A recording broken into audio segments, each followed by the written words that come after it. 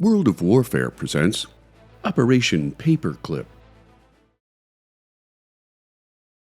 As World War II approached its endgame in Europe, members of the Combined Intelligence Objectives Subcommittee followed advancing Allied troops across Germany, interrogating scientists in research facilities seized by Allied forces.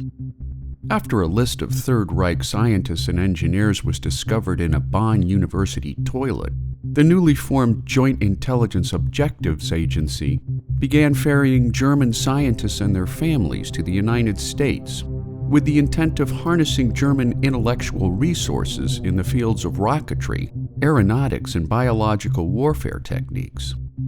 In a covert program known as Operation Paperclip, approximately 1,600 German scientists were relocated to the United States, not only to strengthen American technical and scientific know-how, but also to ensure such coveted talent and information would never fall into the hands of the Soviet Union. While President Harry S. Truman unofficially supported the operation, he banned the agency from recruiting active Nazi sympathizers.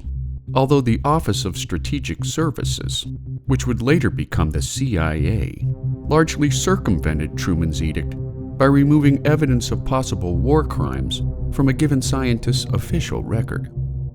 Perhaps the most notable recruit brought to America under Operation Paperclip was Wernher von Braun, who had been the technical director at the Peenemünde Army Research Center in Germany, where the V-2 rocket was developed, which would rain death and destruction on Great Britain during the early years of the war. Von Braun and his fellow scientists were relocated to Fort Bliss, Texas, and White Sands Proving Grounds in New Mexico, where they helped the U.S. Army develop ever-increasing proficiency in rocket-propelled flight.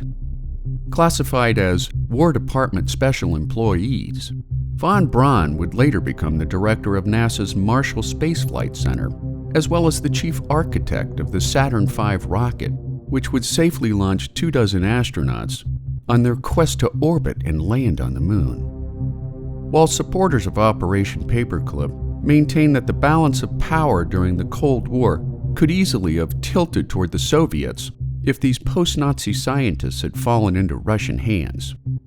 Detractors, on the other hand, point to an ethical lapse on the part of American government officials, who blatantly ignored the war crimes committed directly or indirectly by Paperclip scientists, who were in effect handed a get-out-of-jail-free card without punishment or accountability.